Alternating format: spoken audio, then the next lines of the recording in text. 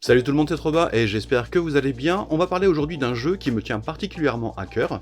Il s'agit de Bare Bones Fantasy et si vous voulez savoir pourquoi j'avais vraiment envie de vous en parler, bah écoutez, je vous propose de rester jusqu'à la fin de la vidéo. Bare Bones Fantasy, c'est donc un jeu de DWD Studio, un éditeur que l'on connaît particulièrement en France pour White Lies, donc un jeu d'espionnage qui a été traduit par John Grumpf pour les éditions Chibi. Il s'agit ici d'un jeu de rôle médiéval fantastique, c'est indiqué dans le titre, et c'est motorisé par le système créé par le studio, le D00 Lite. Alors comme vous pouvez le constater, c'est un tout petit livre de 80 pages, mais ne vous fiez pas aux apparences, il contient l'équivalent d'un triptyque Donjons et Dragons. Oui, bon, non, mais disons qu'il contient les règles, le bestiaire, les conseils OMJ, ainsi que un générateur de donjons et un générateur d'aventures. Il y a même quelques pages qui décrivent assez brièvement un cadre d'univers. D'ailleurs, on ne compte qu'un seul livre de règles supplémentaire, Flesh and Blood, qui en plus d'avoir le nom d'un jeu de cartes qui claque, jouez-y, propose une vingtaine de races supplémentaires pour vos joueurs. En plus de ce supplément, on retrouve Keranak Kingdoms, qui va décortiquer un peu plus le cadre d'univers que l'on retrouve dans le livre de base, et également quelques aventures et des aides de jeu sous forme de cartes pour vous aider à gérer l'initiative, les sorts et ainsi de suite.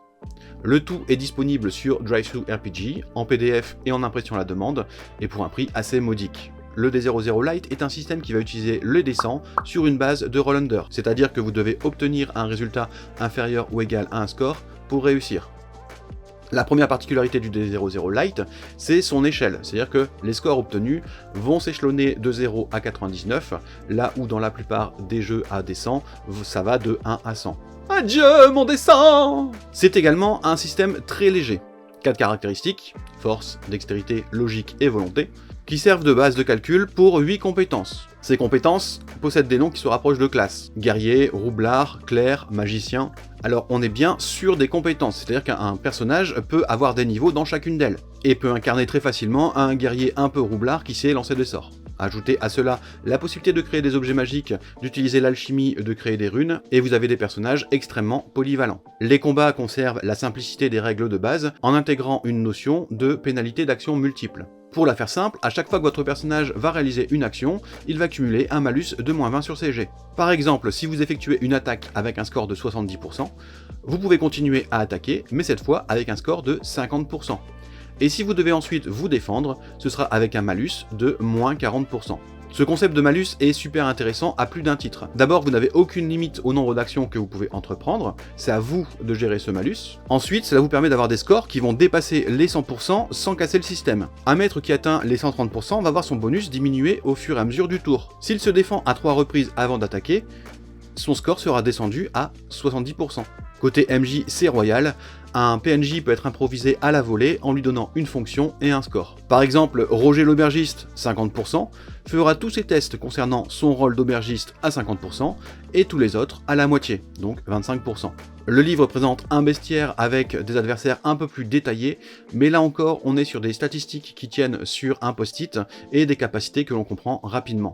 Le générateur d'aventure va vous permettre de créer vos propres scénarios en lançant les dés sur quelques tables. Ces tables vous aident à construire les lieux où vont se dérouler les aventures, en leur associant des objectifs et des obstacles. Alors évidemment, vous n'allez pouvoir en tirer que quelques ébauches, mais ce sera un point de départ que vous allez devoir développer pour construire vos scénarios. Mais l'exercice est intéressant. Le générateur de donjons est un poil plus mécanique et va vous permettre de construire un donjon salle après salle. Vous en déterminez la taille, le nombre d'entrées, l'ambiance, les pièges, les créatures et les trésors. Alors j'avoue que de base c'est pas mon délire, mais je testerai un jour par curiosité, parce que je me dis que ça peut être drôle. Le livre se termine par la présentation assez simple des royaumes de Keranak, un univers fantasy très léger dont l'unique but c'est d'être un bac à sable dans lequel vous allez vivre vos aventures.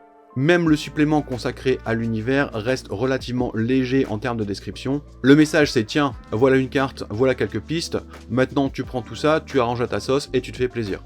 Ne vous attendez pas à avoir un contexte clé en main, c'est ici aussi une base qu'il va vous falloir développer. Et voilà pour cette présentation, j'espère vraiment que ça vous a donné envie de découvrir le jeu et le système associé, puisque le D00 Lite a également été décliné en plusieurs versions, donc plusieurs autres univers.